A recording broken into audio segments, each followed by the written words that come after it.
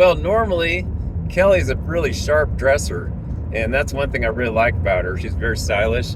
But today, both of us are in our kind of like raggy clothes because we're going to get all kinds of tree sap on us, and it's pretty much impossible to get it off. So we got our raggy clothes on today. But it's going to be fun, and we're going to do some gleaning and harvesting of the pine nuts.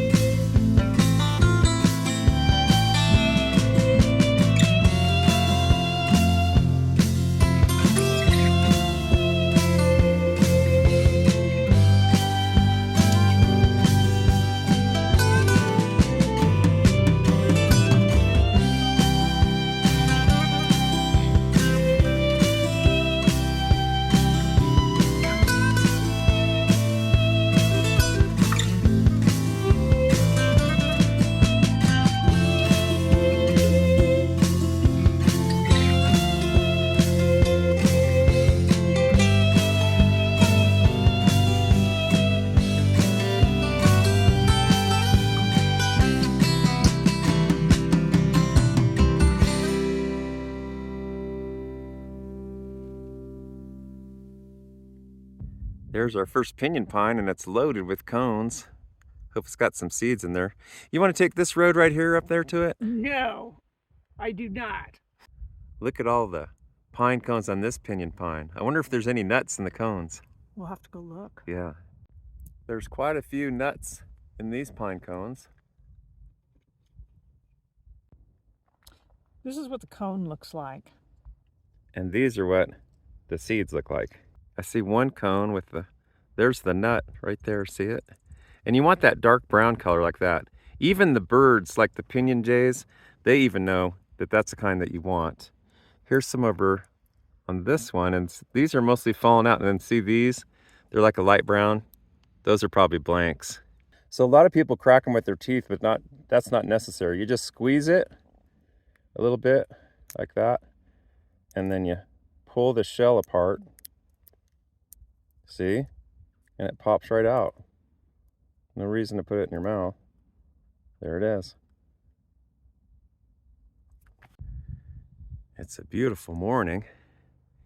If you notice that yellow bush on the left that's blooming, that's called rabbit brush. And the natives use that as an indicator of when to start picking the pine nuts. We're traveling up the Lucky Boy Pass road area just outside of Hawthorne, Nevada, and there's so many of these pine trees are just loaded. We can't make up our minds where we want to stop yet, so we finally came to a consensus between the two of us that we'll find a place that it's fairly level to make it a little bit safer so we're not on the side of the hill or something. So that's what we're going to be doing.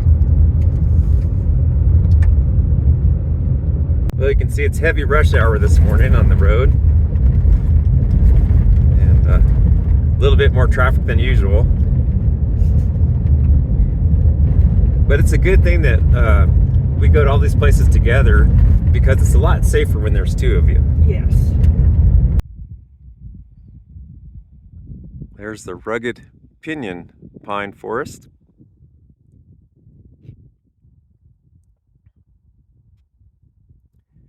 It has its own type of beauty. The thing I like about the pinion forest the most is the solitude. Nevada has a lot of that. We can just get a few miles outside of Hawthorne, you have all the solitude you'd ever want. We're passing by Slide Hill. It's a local attraction during the winter. This is a place where a lot of young families with children bring their children up here and have some little sledding right on the side of that hill right there. Have a good time.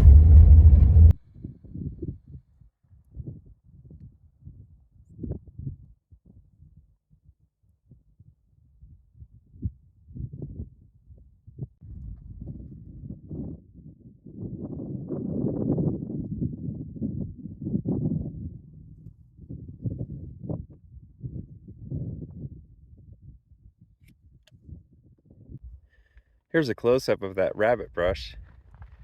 I find the smell, the fragrance to be quite pleasant myself. Here's that juniper tree, the same type that grows by the side of my house that someone had planted years ago.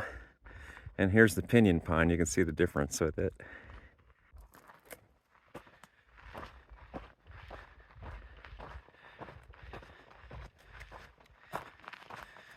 I'm just checking out the pines to see if they have any cones on them in this area. Didn't find any pine nuts in this area, but she did find some ephedera, and she loves making tea from this plant. So she's gonna pick some and dry it at home to make some tea for winter. I still have some of that tea from last year that you gave me. Oh, well then you should be good. You really can find a lot of solitude walking in a pinion juniper forest. There's wildlife in here and you will see some things, but in general it's very quiet. And it's one of the nice things about it. Not too many places you can find these days where you can find solitude. Solitude and privacy are at a premium these days, I think.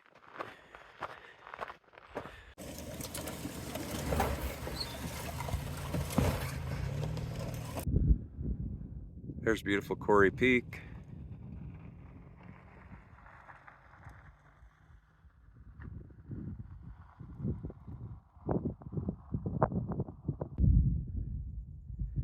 That's looking west towards the Sweetwater Mountains in California. We're not too far at all away from the California border, but we are still in Mineral County, Nevada.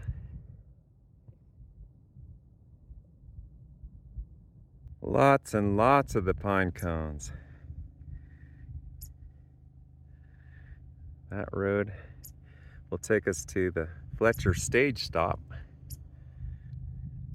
And Aurora is just in the distance. Like I said, the writer Samuel Clemens, his pen name, you know him as Mark Twain. He lived out there for a short while back during the gold rush days. There's one of the active mines in the distance. What are they pulling out of there, Kelly? Is that gold or silver? I think it's gold. This whole region on the other side of Mount Grant and just on the other side of Hawthorne is just amazing. And it's got a lot of open country, a lot of history. And the East Walker River flows through here. There's a lot to see. It's very remote though. And you can get all the way basically to Bridgeport, California from here by taking the back road.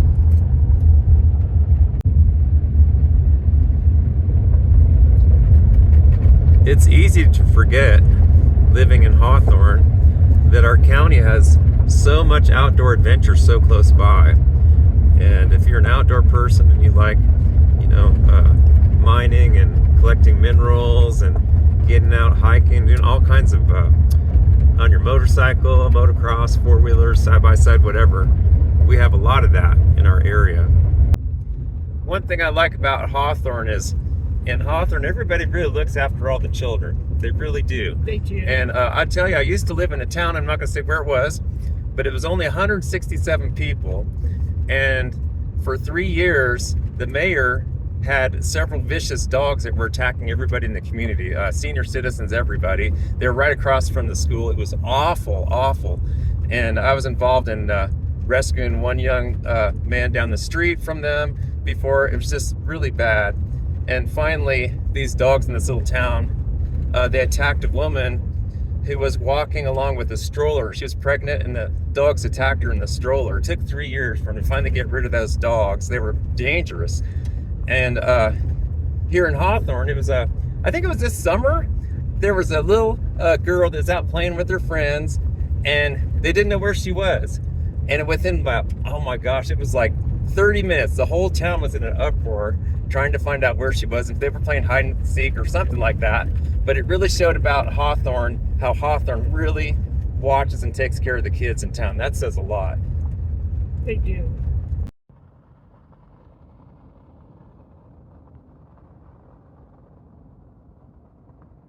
This is one of my favorite places in the whole universe, is this Fletcher station. We'll go down here and take a look.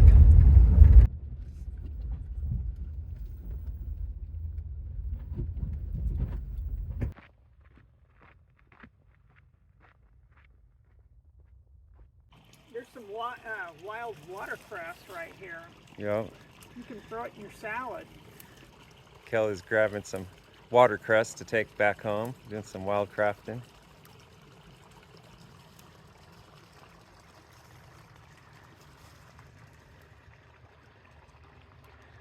Lots of water here at the Fletcher stage stop. So we tried that watercress. It's definitely watercress. Tastes pretty good. So what are we gonna do with the watercress today? We're gonna throw it in for our salad for dinner. Yes, we're actually having lunch, and then later on we'll have a dinner later on. We'll put it in the salad. She's gonna put it in the salad. Let's check this out.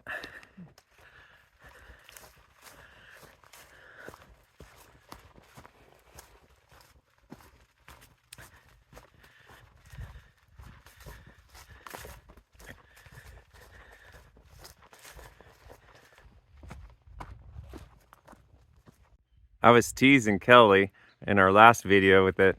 I was telling everybody she lived in that pioneer shack where the roof was all leaky and everything.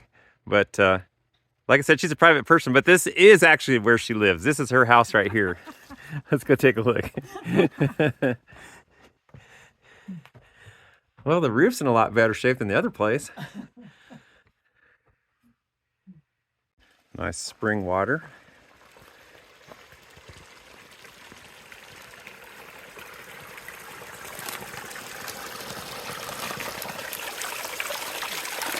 Nice and cool.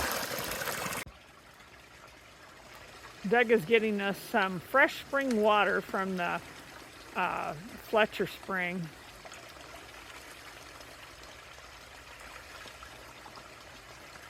Looks good. One pretty yellow tree all by itself. Probably a cottonwood. Douglas has a different way of doing it, and I've got a different way of doing it. He likes to bring home the cones. I like to pick out the nuts. And he likes to wear gloves, and I can't wear gloves because I'm picking out the nuts. But everybody has a different way of doing it. Full of sap. And nuts. That looks like it's got a good tree full of nuts. Feel the nuts? Yep, there's a lot in that one. Look how many nuts are in there. Well, a lot of pine cones, but I think if you shake them, those with some good sized nuts on that. Yeah. See them? So individuals may harvest the seed for personal use on BLM and Forest Service lands. The pinion pine became Nevada's state tree in 1953, and later in 1987 was added the Great Basin bristlecone pine. This part of the leaf is called the fascicle. The fascicle on these pines only have one leaf. Normally pines have 2, 3, 4, 5, etc. Interestingly enough, this is the only pine tree in the world that only has a single leaf on its fascicle. Here's a pine fascicle up in the mountains. It has 3 leaves per fascicle. That's why these type of pinion pines, which the Italians call pinoli or pignoli, they're called the single-leaf pinion, Pinus monophylla, subspecies monophylla, commonly found in Nevada. And like I said, they only have one leaf. They grow at 3,900 to 7,500 feet, rarely 3,100 to 9,500 feet. Kellie's got her hoodie on to keep some of the sap out of her hair. But like I said, these are the single-leaf pinion. Now, when you lived in Colorado, Kellie, you had the other type of, the other subspecies of pinion, and the Colorado type of pinion. Now tell us about those. Well, they're a little smaller than these are usually, and you know everybody calls them the pinion nut, Right. which just means pine nut in Spanish. Right. But they looked a little bit different, and they were definitely smaller. Yes, that's the Pinus edulis. It's the Pinus edulis from Colorado. There's another subspecies that's called the Mexican pinion, and that's down in Texas.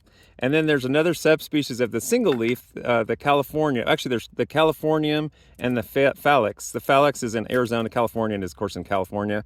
But most of Nevada has this type, and this is it has bigger nuts, and it's a single leaf. So it's a very unusual tree, very productive tree. And not all the pine trees are edibles, but there's several types of pine trees in the world that are. But this one, considering where it lives and the rough environment where it lives, it has very big nuts to harvest, and they don't take that much work. They're not like acorns where the Indians have to process the acorns heavily. They're very easy to process. So these were a staple of the natives in the area.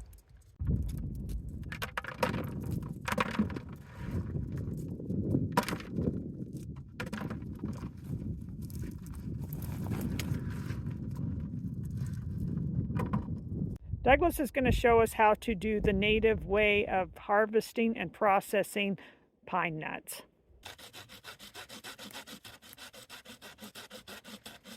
The traditional way to harvest them is they would take a stick similar to this and get up into the tree and hook the pine cone, and they had a big basket they would have behind their back, and they'd throw that in the basket. And it was shaped kind of like a big funnel, and that would be on their back. And so their hands were more free, and they could load up that basket. And basically what they did, there's several ways they did things.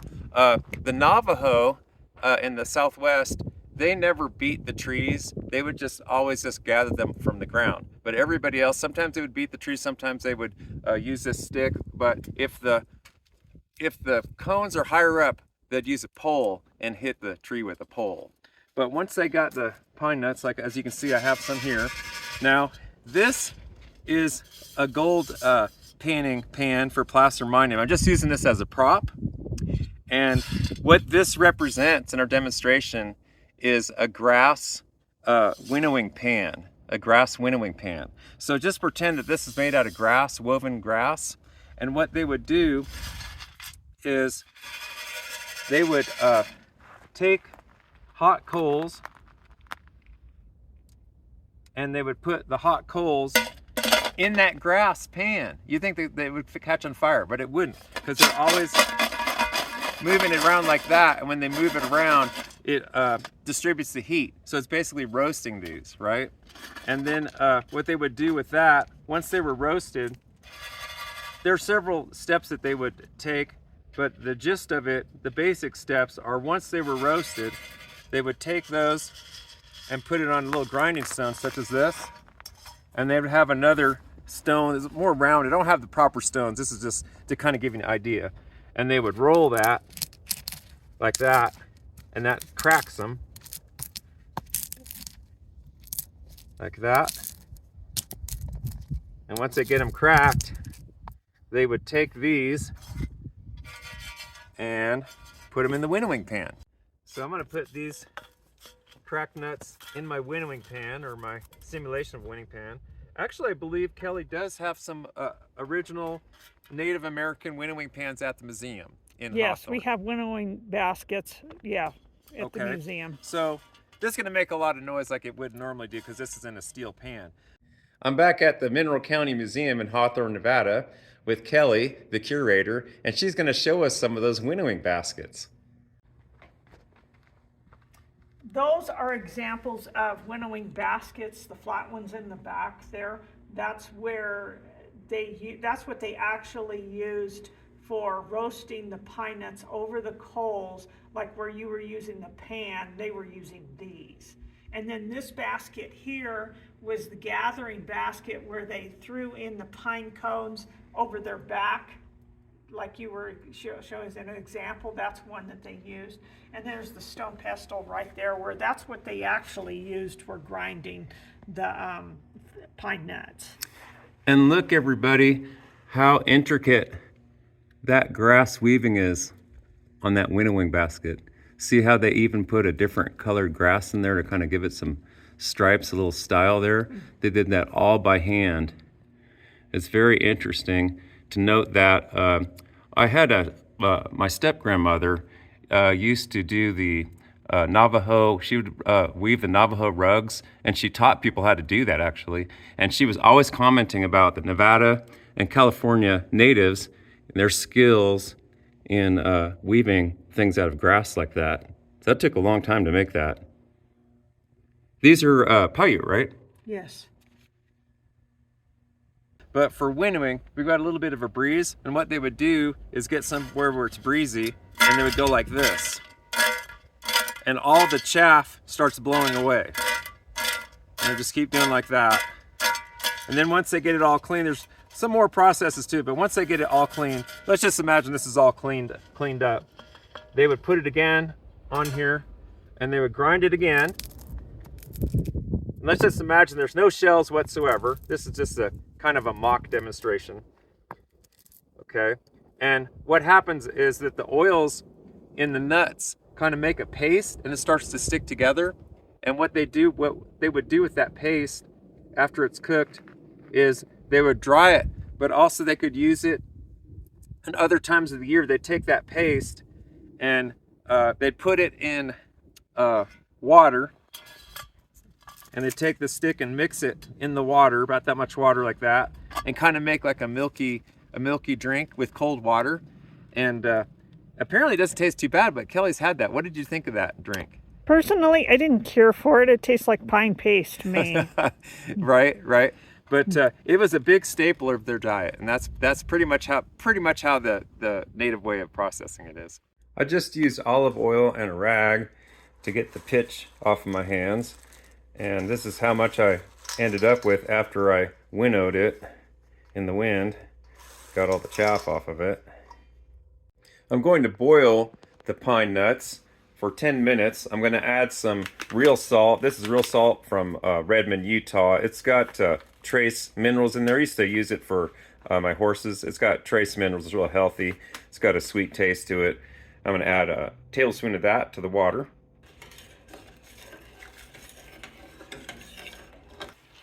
The blank, empty pine nuts will float to the top, and we'll fish those out. This part of the process will help to clean the pine pitch off of the shells. Bake 15 to 20 minutes at 350 degrees.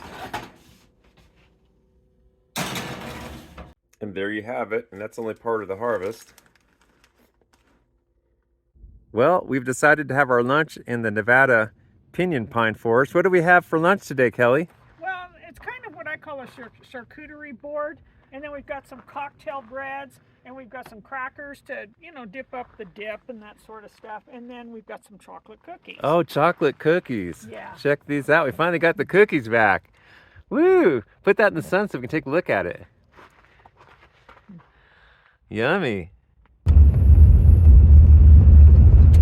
We're gonna head up into the mountains and see if we can find any wild rose hips today. So we're passing just above Hawthorne on our way. Well, Kellie, we're back in California again. We're heading up into the Sierra and try to get some of those rose hips. Yeah, we'll get them up by Lundy Lake. We're starting to get a little bit of fall color on the road leading up to Lundy Lake. Usually there's quite a few patches of the wild roses that have the rose hips in these woods. And I think right down in here is where we found some before. I see some of the wild roses right there. Here they are. See if they have any hips left on them. Oh, here's one.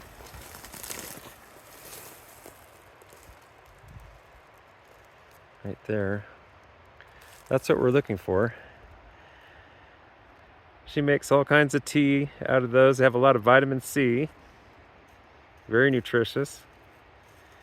And it's a very pretty wild rose when they're blooming in the spring. They seem to like a lot of water. Usually see them along the water courses. Some very pretty fall colors are just starting to come on. Let's go check down here. Isn't it where we saw these last time, right? That's where Yeah. we're gonna go look. There was a big patch over here. I see them. I think maybe some of the animals got most of them. I see the bushes, but there's not too many left on there. Oh, there's some. I'm gonna just go ahead and pick what's here since we're scouting them out, but I'm gonna pick up the rose hips. Looks like they've had time to be on the plant for a while and they've got a little bit dried. Well, the good part about this is I can grind them up immediately and they can be used for tea right away. You can see all the thorns that are along the stem.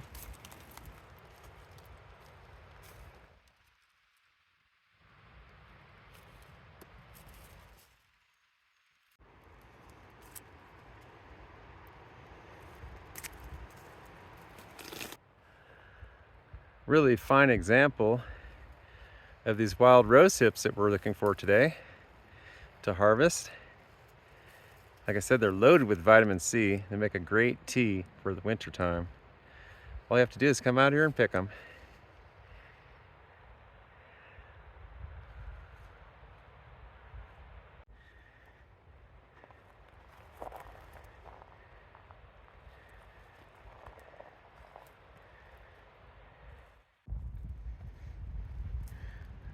They're very seedy, a little bit mealy, but they taste fairly good.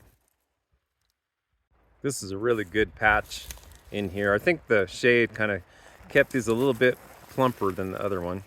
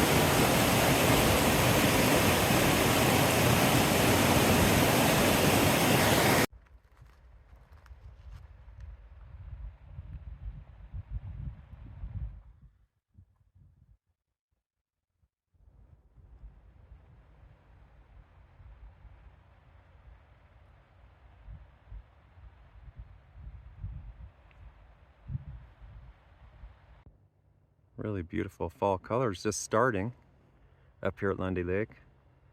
They're just starting. They're about a week or two away from being full on.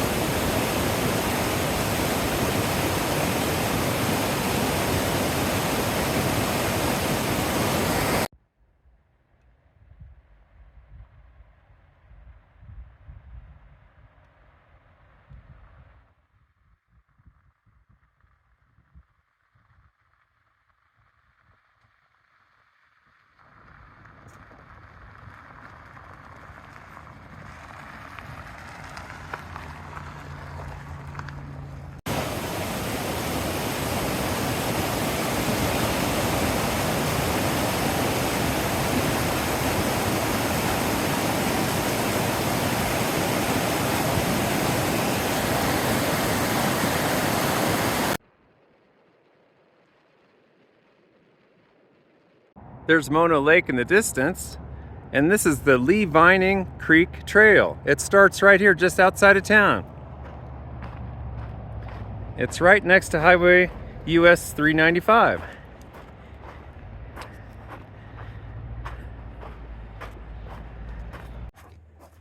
We saw a big patch of wild roses down here, so we know we've got hips on them this time of year, so we're gonna check it out. It's a real nice walk. And it's a really nice walk if you're ever in Lee Vining, to just walk some of the side streets, the back side streets in Lee Vining. And we thought that was very enjoyable when we went on that walk. The power station is just beyond those trees. This Lee Vining Creek Trail is sponsored by Edison International Energy.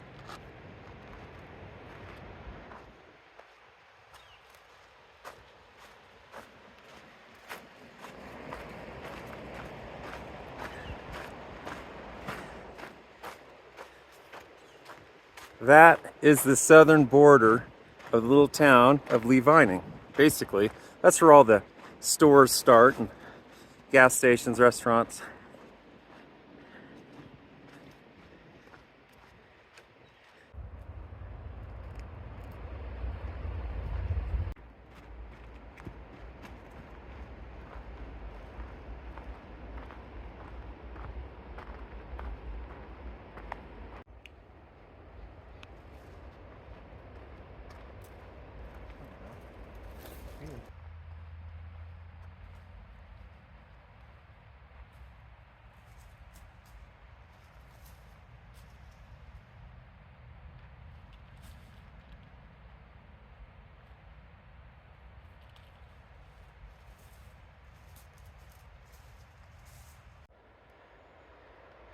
Look at the seed head on those. Yeah, they're kind of weird looking. Yeah.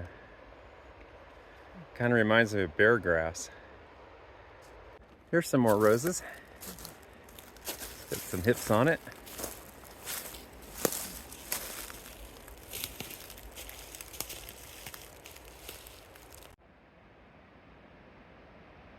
What kind of plants are those, Doug? Those are red twig dogwood. They're pretty. Cornus stolonifera. See the red stem on them? They're starting to color up. I like that fall color coming on. They grow wild where it's wet. These are kind of a little bit stunted, but you can see where the creek overflows. The creek is flowing on the other side over there, but not on this side right now. It's all dry. And then look at the yellow. I'm not sure what the little yellow subshrub is on the trail, but it's got some nice yellow on it.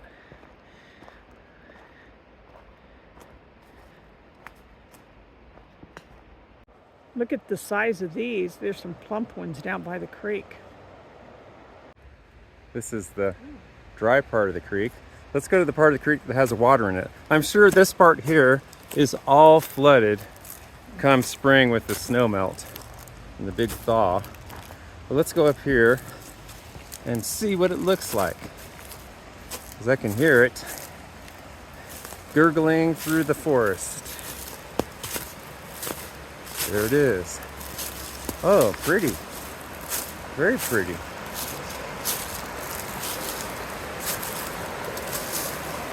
And lots of rose hips too.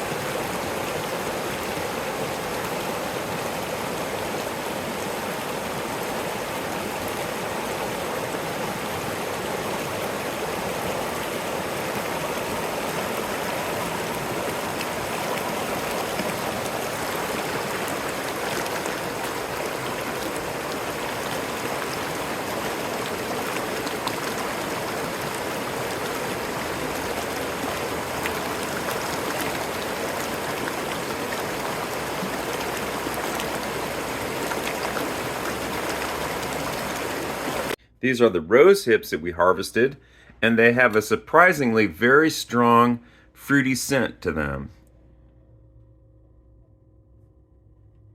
Kelly found her a nice little bench by Mono Lake with a great view. Well, it was a real fun day. We got some pine nuts and some rose hips and some fresh water and some watercress, and it was just a different adventure. It was fun.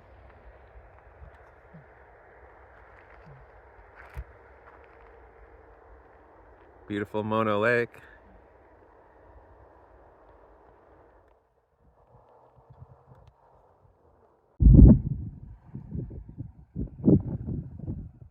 That's the main island lit up in the distance. We're seeing a shadow from the mountains, and the shadow of the mountains doesn't cover the island yet.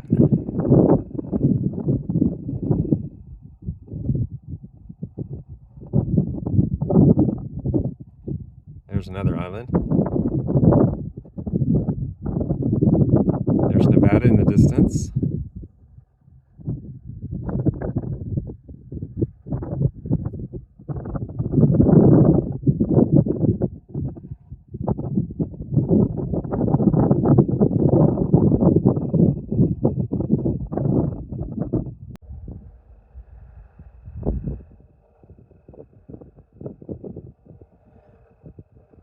Some tufa towers.